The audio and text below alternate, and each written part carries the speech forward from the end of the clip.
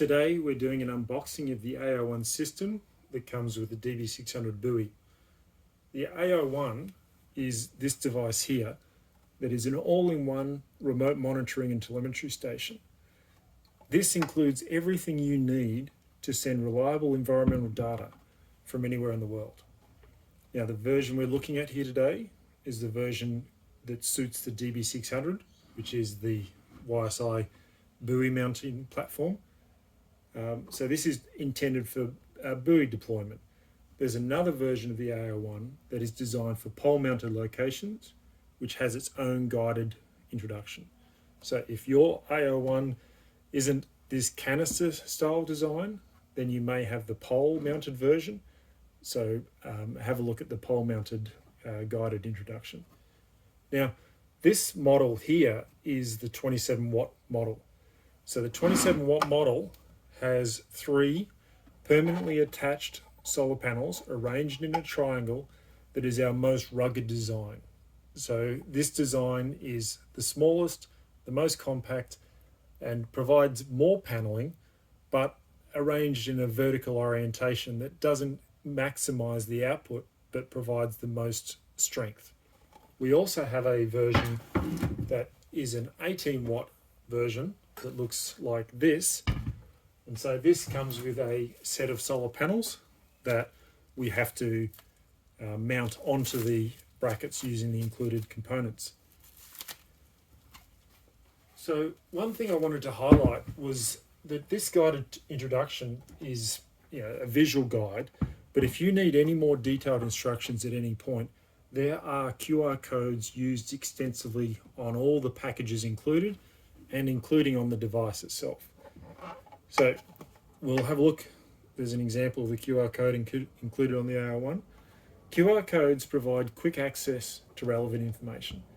If you use your smartphone, you scan the code and you open the relevant resource, they are everywhere. On each of the packets included with the Ai1, we have QR codes included on the packaging. On the box itself, we include QR codes. So this QR code will take you to the full manual. If you scan that code, you'll get the full manual that has detail on every version of the Ai1, all its operation, including fault finding, debugging, and things like that. If you want the simpler guide, if you scan this code, this provides access to the Quick Start guide, which shows you how to use the DB600 and the Ai1 together to give you a complete environmental monitoring platform. Okay, so really get comfortable with QR codes because they are used everywhere. Now, when you unbox the system, what you should be doing first up is doing a visual inspection. Make sure that all the parts are here and that there's no visible damage. And a key step is to give the system a little shake and make sure there's no loose parts. So if you can hear any rattling parts or any things that roll around, something may have come loose during shipping. So you need to find that, and it's easiest to identify those problems now. Okay, so really do a good visual inspection first up and just make sure that there's no shipping damage.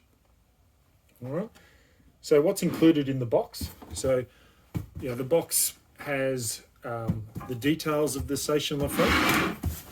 So this is the label describing what the contents of the box are, but included with most boxes are a set of spares and tools, a set of bird spikes to go on the top of the system, a lantern, a navigation lantern used to mount on top of the system and make sure that all the marine traffic in the area can see the buoy, and a cable used to connect sensors to the system.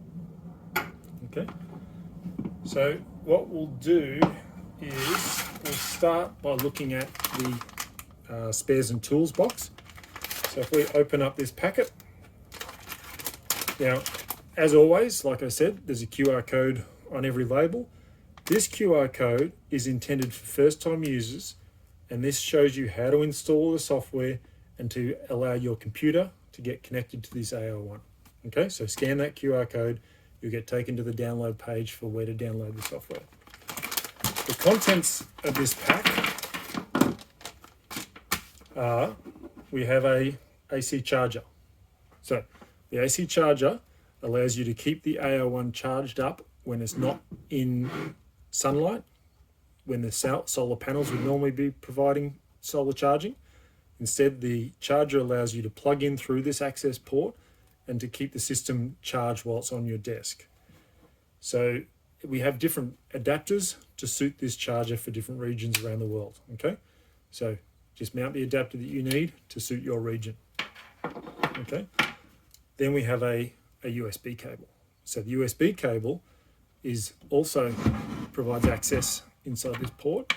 So if we open this port, now if we plug the USB cable into our computer, then when we plug the USB connector, we can access the USB port through the USB port inside the Ai1. So first off, make sure that you've got your USB cable orientated the right way. You can see the connector through the port, so just make sure that it's the right way around, okay?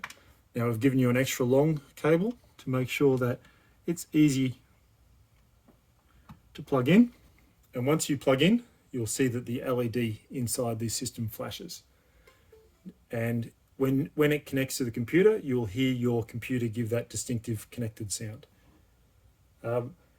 It can run off USB power, but when running off the USB power, it is not providing power to the sensors, and it is not powering the communication device included with the system. It's only when running off USB power, it's really only talking to the data logger part inside. You can tell when it's running off USB power by looking at the flash status of that LED inside.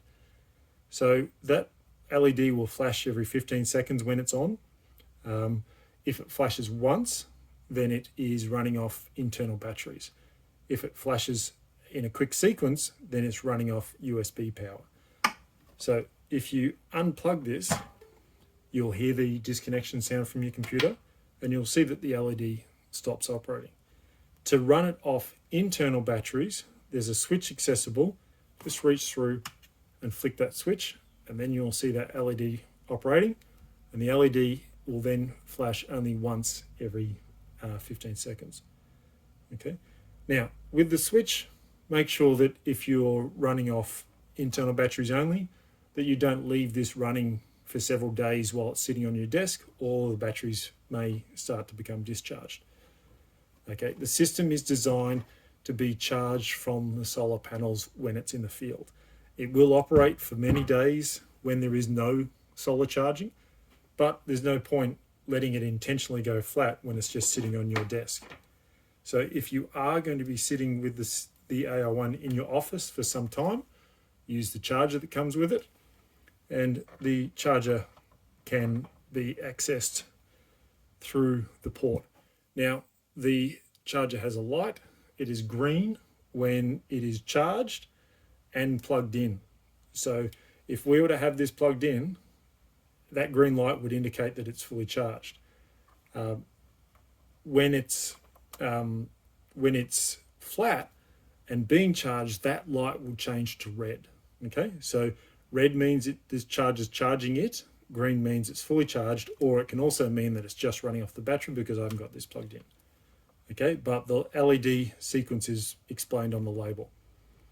Okay, so when it's on your desk, make sure that you've got it charging. Okay, so again, when you plug it in, when you actually make that connection, just listen for your computer to hear that sound to indicate that it is connected. Okay, and so that is the system connected. Now, this port is used to make sure that that port, when it's in the field, is waterproof. The Ai1 uses a lithium iron phosphate battery, which has a midpoint voltage of 12.8 volts. The normal range of that battery is from around 13.2 volts down to about 12.4 volts. The Ai1 has some battery saving features that it will progressively implement as the voltage reduces.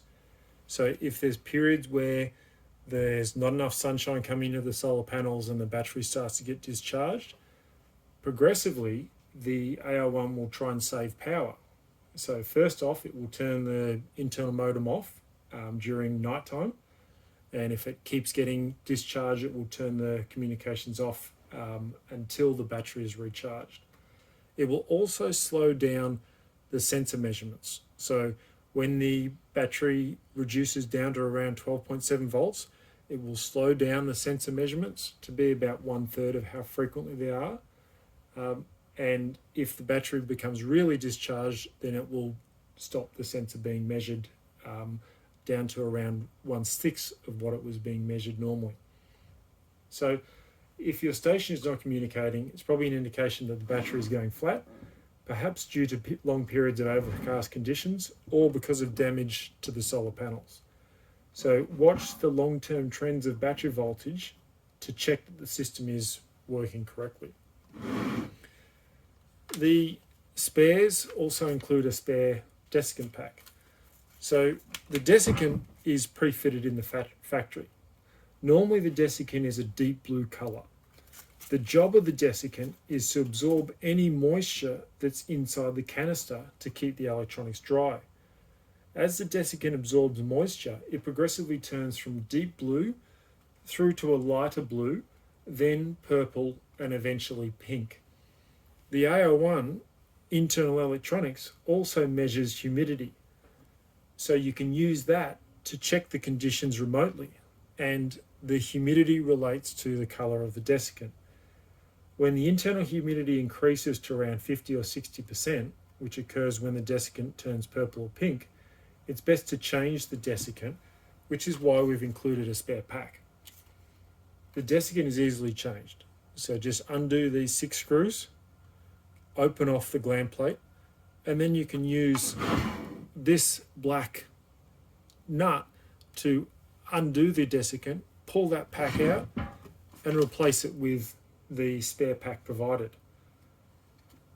You can recharge the desiccant by drying it in the oven at 105 degrees Celsius for about 2 or 3 hours, and that will change it from a pink or purple colour through to a deep blue colour. When you're not using the desiccant, have it in 2 Ziploc bags. So that's how we ship it. We have one bag closed inside of another bag to prevent it absorbing atmospheric moisture. Okay, so that's the role of the desiccant. Also included in the pack is a small 3-amp fuse. So the fuse is located through the access port next to the USB port. So this port provides access to the USB port, the charging port, the switch, and the fuse, all of which can be accessed through there, including the ability to put your multimeter on the 2 points of that fuse and check that it's still intact. Okay, but again, to change the fuse, we've included a spare, and you need to remove the gland plate to be able to get access to it. Now, when we supply the Ai1, we pre-wire it to suit the sensors that you've specified at the time of the order. So in this case, and most commonly, we supply it to suit a YSI EXO sonde. In that case, we provide a 1 meter field cable that you remove the dust cover plug, and then you plug in one end of the cable into there with a sheath to tighten it, and similarly you get your EXO sonde and you plug the connector into there with a sheath to tighten it, and then once that's plugged in, you'll see the sonde powered up. Okay, now if we were to turn off the switch, or if the internal battery was to go low, the power would be disconnected. Okay, now this is the EXO sonde version. when we use a DCS, which is under a Doppler current sensor, this is a similar connector, but a 4-pin connector. So it will have a bulkhead connector to suit as well. Okay, so if you've got the connectors, your Ai1 is pre-wired to suit the instruments you've ordered at the time of placing the order. So most of these sensors, generally, we use a microcircular impulse connector with a bulkhead connector. And that choice is to suit the widest variety of instruments used in the environmental monitoring field. However, we also can supply the system with a M12 connector, such as this one here, that can be used to suit sensors which do not have bulkhead connectors, and we supply a field wireable connector that can be used to connect into that bulkhead. Okay, so you can wire this connector onto a sensor that doesn't have a molded cable, that just has a flying link cable, and still give you the access to easily connect sensors onto your Ai1. So again, the type of connector you get depends on the sensors that you've specified at the time of order. Now, this is acrylic. You can drill the gland plate with yourself and fit your own connectors, because the internal wiring, there's a lot of terminals in there that provide a lot of functionality. And so you can, the data logger used inside can measure almost any sensor you can think of.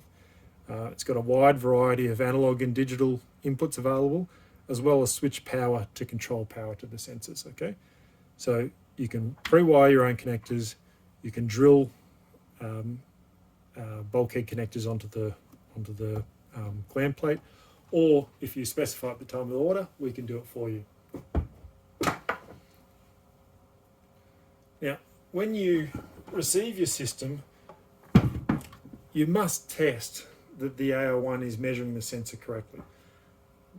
The Ai1 is supplied with a starter program that suits most common situations, but you may need this customized. So you do your testing on your desktop first, and then you can make sure that the measurements that you're expecting are being recorded by the Ai1. The program is open source. You can edit it yourself, or you can send us an email and we'll edit it for you. Once you've modified your program, you can just use the USB connection to load it locally, or if using a cellular system, we can load it through the cellular connection. You should also test the uploading to your data destination, which is typically Eagle.io or Hydrosphere. And you need to make sure that your full data set is coming through on the interval that you expect it. Like I said, we supply a starter program, but you may want more frequent measurements, you may want derived calculations.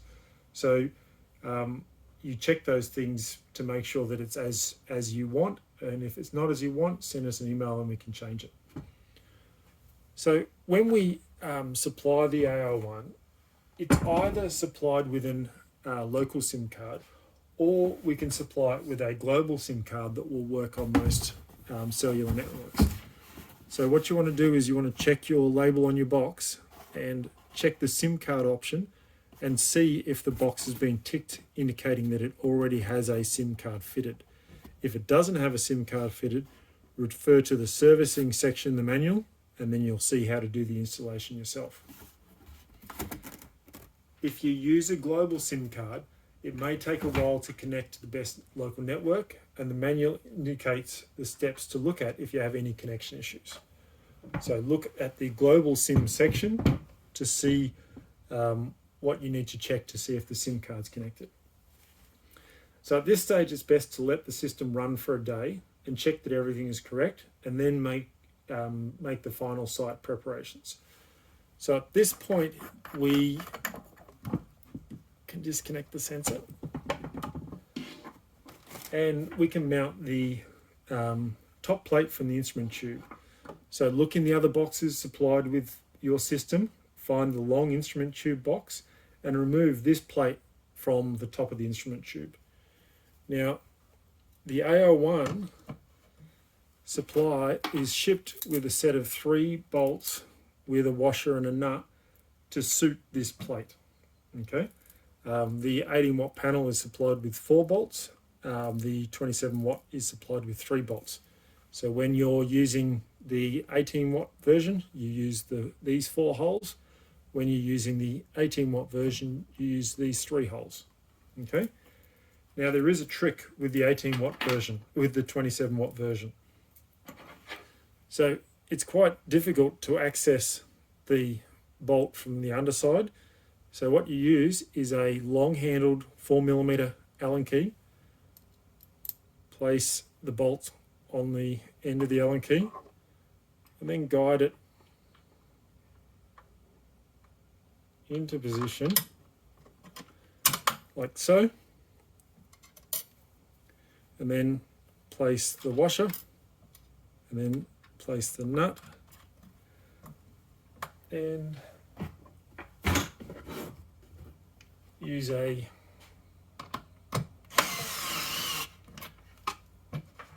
tool to tighten the nut, okay?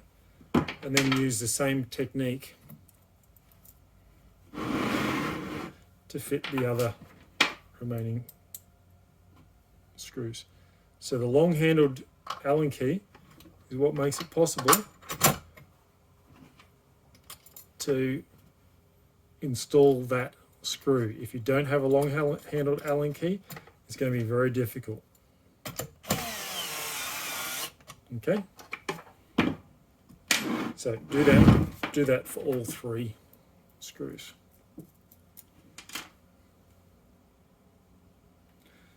The last step that I won't show you in this video is to mount the top options.